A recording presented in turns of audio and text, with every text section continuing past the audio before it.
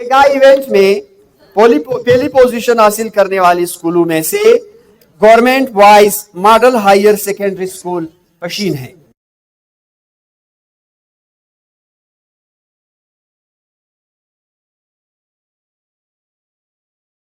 बिस्मिल्लाहिर्रहमानिर्रहीम। ज़मानो मोहम्मद वसीम दी او زه د ماډل هایر سیکنډري سکول کې سبق وایم او دا چې کوم موږ نن ماډل جوړ کړی دی هغه ماډل د دې کمپټیشن چې کوم خاص دغه دی هغه باندې دا دی چې موږ د مځکې زموږ مځکه ورځ په ورځ کوم دی د هغه واټر ټیبل لاندې کېږي، یعنې زموږ واټر ټیبل د دې راپورته کولو لپاره موږ کوم کارونه کولی شو، موږ کوم اقدامات کولی شو چې په هغه باندې موږ زموږ واټر ټیبل راپورته کړو. د هغه په باره کې موږ خپل چې اول وارې موږ وویل دا ډېر یو ضروري یو اهم مسله ده چې زموږ په علاقه کې دا وخت روانه ده، خاص کر شمالي موږ نوردن بلوچستان چې ورته په هغه کې دا مسله ډېره زیاته روانه ده. د هغه د راپورته کولو دغه واټر ټیبل راپورته کولو لپاره موږ یو ماډل په ذریعه باندې یو اقدام کړی دی چې هغه زه اوس دې سمجا کوم. د هغه په باره کې چې اول وارې موږ خپل نوردن بلوچستان یا زموږ شمالي علاقې ته وګورو چې په هغه اول زموږ تکتو مطلب زموږ د کوټې تکتو غرونه چې هغه نقشې ته موږ وګورو چې اول وارې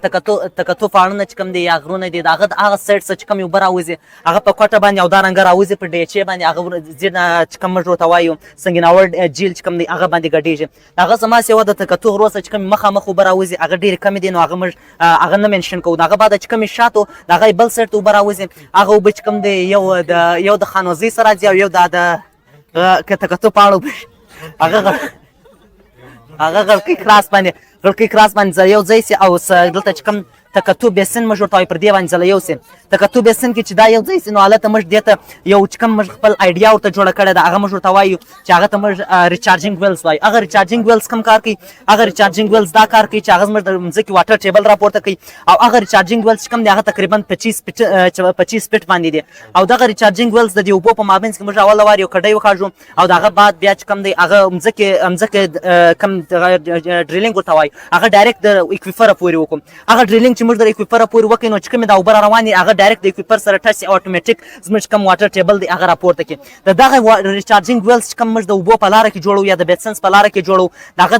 د دوه ریچارجینګ ویلز په مابین کې 100 سے 150 فټ میټر فاصله او دغه کوم د زموږ د تکتور رینج کوم د بیسن دی دا د دې رقبه چې کوم هغه 7000 سے 6000 کیلومتر سکوير باندې مشتمل ده. دغه د تکتور بیسن چې کوم دی هغه روانې مخته دلته د سیدامت کراس چې موږ ورته وایو پر هغه باندې د توبه کاکړی بیسن او د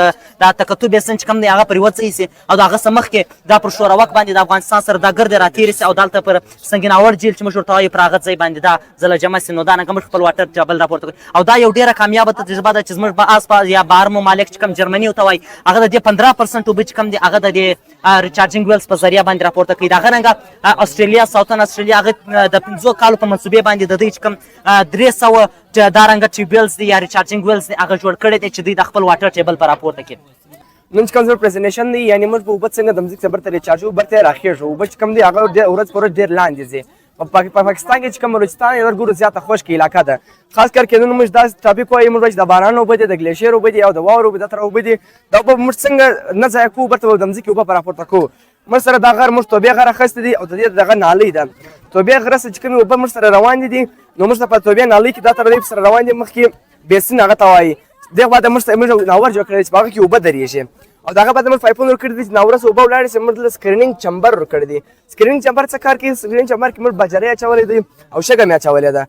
یو بل شی مې اچولی دی هغه چې کوم دی دننه اوبه چې ورسي ابزرویشن یې ډېر مځکې ته لاندې کوي. په دې سکرینینګ چمبر کې موږ دوه شیان نور لګولی دی یو پیزومیټر مې لګولی دی او یو فلو میټر مې لګولی دی. فلو میټر چې کوم دی هغه د مځکې کې دننه د اوبو رفتار راښایي چې اوبه تیز دي سلو دي کم دغه کې دي او پیزومیټر موږ ته دا راښایي چې موږ دا کوم سکرین چمبر لګولی دی څه دا سکرین چمبر مځکې اوبه راپورته کړي دي که نه وختې پر 300 فټ وي که موږ دا استعمال کړي بیا پر 100 فټ باندې چې کله اوبه زیاتې وي دا اوبه خو بیا تر دې اوړي بیا ضایع کېږي نو د موږ ضایع کېدو د مخکې دا پایپ لګولی دی چې دا اوبه راوګرځېږي او دا بل ناوړی ډیم نه ولاړ شي اوبه به دا طرز زموږ بچاتي او انشاءالله اوبه د الله غټ نعمت دی دا به موږ بچاوو اوبه چې کله بچا شي نو به زموږ خپل بلوچستان ګرینري زیاته کړي. موږ چې کوم پریزنټیشن دی دغه نوم دی ارټیفیشل ریچارج اف ګراوند واټر سکیرس ریجن ډسټرکټ بلوچستان یعنې د دې معنا دا د هغه علاقې د بلوچستان ده چې د هغو واټر لیول ډېر حد تک ډېر لاندې تللی دی نو د دې لپاره چې کوم طریقه کار استعمالېږي هغه موږ ماډل کې هم سبجاو کړی دی او د دې لپاره چې کوم د کوم بلوچستان چې کوم علاقې دي د دې کوم لیول چې کښته شوی دی د دې کومه ریشو چې د ریچارج او ډسچارج دا موږ څرنګه معلوموی سو دا یو ریپورټ معلوم کړی دی کویټا واټر انوایرمنټ امپروومنټ پروجیکټ چې د دې نوم دی دا به 2003 کې یو ریپورټ شایع کړي چې د هغه مطابق موږ د پر ټوټل ریچارج 61.15 ملي میټر ملین میټر کیوب پر ایر یعنی په پوره کال کې دوی دونه ریچارج کړی دي او ټوټل ډسچارج یعنی سوی د ضایع کړی دي یعنی هغه 97.65 ملین میټر کیوب پر ایر یعنی پوره کال کې دوی سو ضایع کړی دي. بیا د هغه بیلانس یعنی څو نتیجه راوستد هغه دوی کلکولیټ کړی ده چې هغه -36.5 دی یعنی یعنی موږ په ماینس کې روان یو. دا ډېر د خطرې خبر ده موږ لپاره یعنی د دې د ماینس کنټرولول دپاره موږ ډېر طریقې استعمالولې چې واټر لیول راپورته کړو. په دې وجه سره پخوا به زموږ په د اپشن علاقو کې د زموږ په علاقو کې برما پر 400 فوټ ول کېدله اوس پر 1100 فوټ یعنی دونه فرق راغلی دی چې په واټر لیول ډېر لاندې سوی دی د دې په وجه سره. نو د دې واټر لیول راپورته کېدو دپاره موږ ډېر دارنګه ډېر ماډل ډېر شان پریزنټ کړي دي چې هغه باندې موږ واټر لیول راپورته کولی شو. دغه واټر لیول چې راپورته کېدو دپاره کوم طریقه استعمالیږي هغه ارټیفیشل ریچارج دی چې پر هغه اوله وار یو اس ای کار وکړي په 19وي سنچري کې په 19وي صدي کې کار پر وکړي چې د ورځې 375 میلیون ګیلنز دا دستیاب کول یعنی بچت کول یعنی د دې واټر لیول دونه راپور سو. او دغه رنګه جرمني په خپل ډرینکینګ واټر یعنی د چینګو په اوبو کې 60% اضافه وکړه. دغه رنګه ډېر ملکونه چې هغه خپل اضافه وکړه